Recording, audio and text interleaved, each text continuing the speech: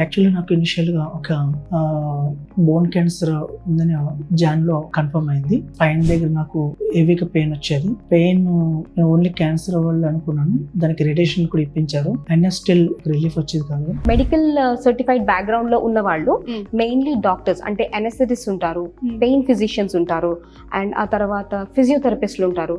రకరకాల pain condition patients తోనే deal చేస్తాం అనమాట.